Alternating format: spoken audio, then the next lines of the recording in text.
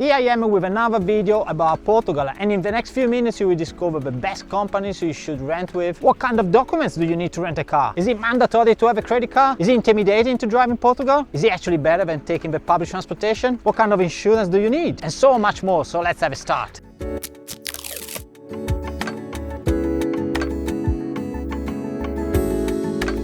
Let's start the video with two important things. And the first one is that in Portugal they drive on the right side. So if you're not used to it, I personally suggest to just take it easy for the first couple of days, more follow the traffic than lead the traffic, and maybe think about renting an automatic car. And importantly, as you enter the roundabout, go on the right side and not on the left side. And the second important thing, is your driving license enough actually to rent a car in Portugal? Well, if you are from Europe or from the UK, your driving license will be enough to rent and drive your car in Portugal. If your driving license is not written in Latin letters, for example if it's in Chinese, Japanese or from any Arabic country, then you will definitely need an IDP, an international driving permit, which translates your driving license to English. Very important, whenever you drive in Portugal you always have to take with you both the IDP and your driving license too. If you are from other countries that use Latin letters for the driving license, for example myself, I am from Australia, or if you come from the US for example, then personally I suggest to make an IDP anyway. It costs only between 15 and 20 US dollars, and you do it in your own country. Because I ask around and the situation is a bit unclear. The rental companies may hire you the car, but you may run in trouble if the police stops you, or even worse with insurance. And when I ask any operator, they always suggest to do it anyway, which highlights the fact that the situation is still a bit unclear.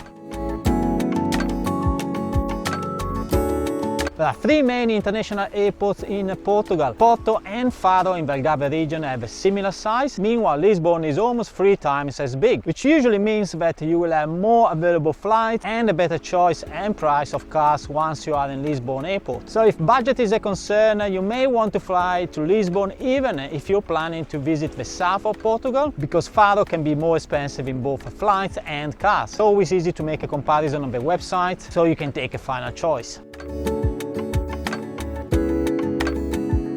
And what car works best in Portugal? Portugal doesn't have extreme peaks, it doesn't have a desert as such, so the car is really down to what you like. If you're on a budget trip, you can rent an economy car for between 20 and 30 euros a day, but off-season you can go down even to 10-15 euros a day. And honestly, the sky is the limit. If you go for a mini car, for example, you are in free of you will have enough space for one big bag, and the other bags you can leave it in the car whenever you travel. But if you want to have more space, you move up to economy car or even a compact four-wheel drive. You can decide to rent from global names like Hertz, Avis, Europcar, or from local operators. The global names usually they give you newer cars. They typically speak also fluent English. They are mostly on-site, which means you don't need to take any shuttle to go outside of the airport to pick up your car, but they charge more. You can go with a local operator. They have older cars but still with good maintenance. The English can be broken sometimes, so I always suggest to take a Google Translator with you. You will need it anyway, even when you travel. The shuttle bus usually takes between 5 and 10 minutes to go to the rental office from the airport, but you may have to call the rental company when you arrive at the airport.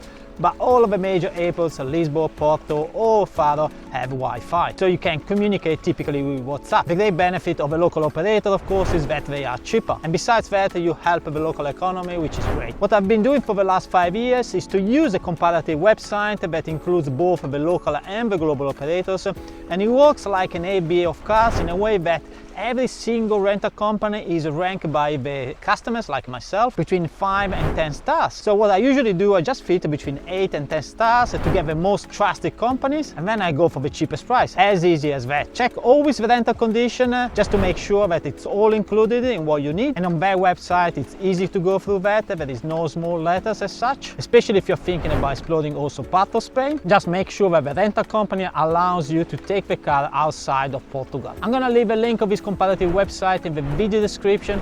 Have a check, book as much in advance as you can because you can get better price and better choice. Cancellation is typically free of charge up to 48 hours before you pick up the car, so very easy going.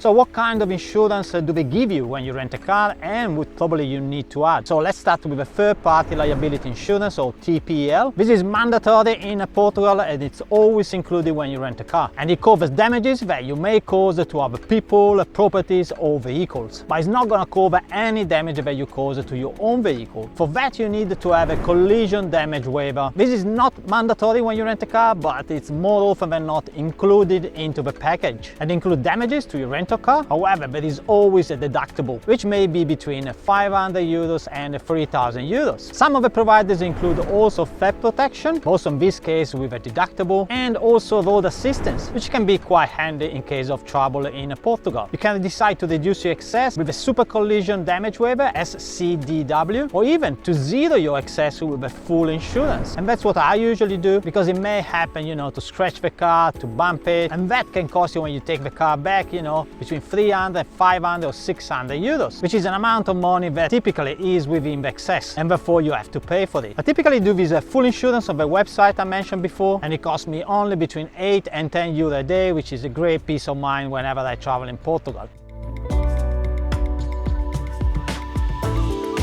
But do you really need a car in Portugal, or public transportation is enough for your trip there? Well, it really depends on the type of trip that you are planning. If you're thinking about visiting mainly the major destination, I'm thinking about Lisbon, Porto, Coimbra, Faro, then the trains work perfectly well. They are quick, cheap enough, and they take you from source to destination in no time without any stress, including also parking stress. If you want to explore more of Portugal, the wineries around the Porto area, or if you want to go down south to Portugal in the Algarve region, explore all of the south coast, which is absolutely stunning, then a car is essential. Having a car adds so much flexibility in both the places that you can visit and also the time you can spend in a place, because you won't have any limitation based on bus timetable or train timetable, and you can stop, for example, for beautiful sunsets wherever you want without having the hassle to rush back to the bus station. Another great plus for me in having a car is about the luggage, because when I travel nowadays, I travel with my little one, 11 years old, and I can arrive to the airport, just put all of the bags in the car and off I go. And whenever change accommodation is always the same. Load, unload the car, super easy going. Instead of walking around the cities and the towns, taking local public transportation with a rucksack, heavy, maybe hot weather too. So it's so much less effort. If you travel on your own, definitely having public transportation is more economical. But if you're traveling in 2 or more people, or as a family with kids, then a car comes out much cheaper. So there are plenty of pros and cons, but really ultimately depends on the type of holiday you want to do, besides the budget that you have. And now, what about the type of roads that you're going to experience in Portugal? There are basically 3 types of roads. The first one being the highway, which connects the major centers of Portugal, all along the west coast of Portugal. Just one thing about the highway is that you need to pay at the toll, and in some cases they are fully automated. If you're renting a car for more than 1 week, it makes sense actually to rent also the Via Verde transponder, which will allow you to go through these tolls, and automatically the rental company will be charged and will transfer the charge to you. Typically the transporter are rented for 1.5 or 2 euros a day, but they also have a cap at 15-20 euros for the whole holiday, which makes it a no-brainer for long rents. Alternatively, you can buy a toll card where you connect the credit card to the number plate of the rented car, but the drawback of this solution is that you have to top up this toll card before actually you go through the tolls. And if you have any money left on the toll cards when you leave Portugal, bad luck, you're gonna lose that. Obviously, if you don't want to get involved in the highway, I suggest to take the secondary road, which can be super charming and super scenic, but can be also winding too. But it's all part of the fun, I think, when you rent a car in Portugal, because you're gonna discover a few hidden gems, amazing villages, and stunning landscapes too. The speed limit, which is enforced, so you always follow the speed limit. It's 120 kilometers per hour when you are on a highway, between 90 and 100 kilometers per hour when you are on a secondary road, and when you are in a urban area, it's between 30 and 50 kilometers per hour.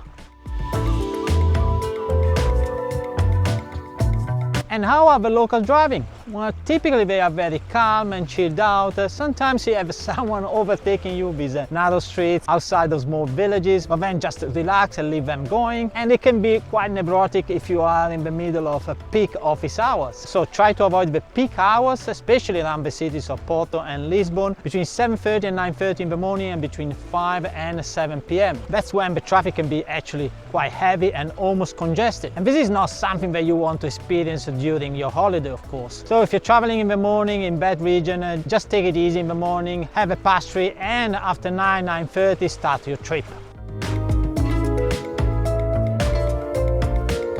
Parking in Portugal is color-coded, so parking between white line usually is free of charge. Blue lines you have to pay either at the meter or if there is an app for parking. And then there are the orange, yellowish areas. These are the areas usually for loading, unloading, or for drivers with restricted mobility. These are the areas where you should never park, because the fines if you leave the cars there are pretty hefty, and sometimes actually they tow away your car. So stick always with either white lines or blue lines. And now about the petrol station, which you will have plenty of options around. The cost of a petrol is similar to the rest of Europe, a little bit cheaper actually, but definitely more expensive than other countries like the US, for example, or Australia. At the petrol station you have two options. You can take a gasoline, which is petrol, or you can go for diesel based on the car that you have. Diesel is typically cheaper, so if you rent a car for maybe 1, 2 or 3 months, or if you're planning to do a long trip, that may make sense to actually have a diesel. Otherwise, the petrol car is a good option, because usually renting a petrol car is less expensive than renting a diesel car.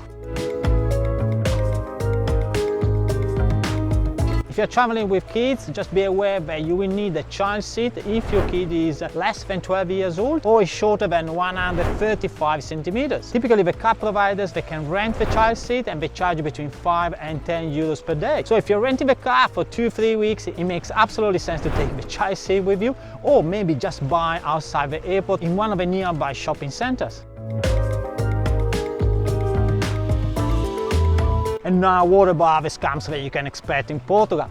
Well, it may happen, so just be aware of a couple of things. The first one is a really small scam, which is about the petrol policy. Most of the car rental companies, they give you the car with a full-to-full policy, which is absolutely great, because the only thing you will need to do is to fill in the tank just before giving back the car. And there are plenty of petrol stations around the airport where you can do that. But there are a few rental companies that work with the full policy, empty to empty, or even worse, full to empty. Obviously, it would be impossible to give a car back with an empty tank, so you will lose some money there. And when they use the full to empty, they're going to charge you for the full tank of petrol at a price which is typically higher than the petrol station outside the airport. The second scam, which is much bigger in my opinion, is when they claim pre-existing damages at the car, like scratches, bumps or dents at the end of a rental period. And that's why I always highly suggest to take plenty of photos and maybe also videos of the car when you pick it up, because you can prove at the end of the rental that these damages were actually pre-existing. And if you don't want to have any argument at all, just organize a full insurance. In this way, honestly, you're not gonna care that much anyway. Just keep in mind that sometimes the full insurance doesn't cover damages to the interior of the car. So once again, make sure when you pick up your car that there are no holes, for example from cigarettes, and in case you find them, highlight it to the rental company and take photos anyway. That's the only proof that you're gonna have at the end of your rental period. If you're still with me in this video, I guess you appreciated the effort in making this video, so please just stop a couple of seconds, put a like and subscribe to the channel. I'm planning already for next week another shorter video about the best rental companies that you can get in Portugal. So stay with me and I'll see you next week.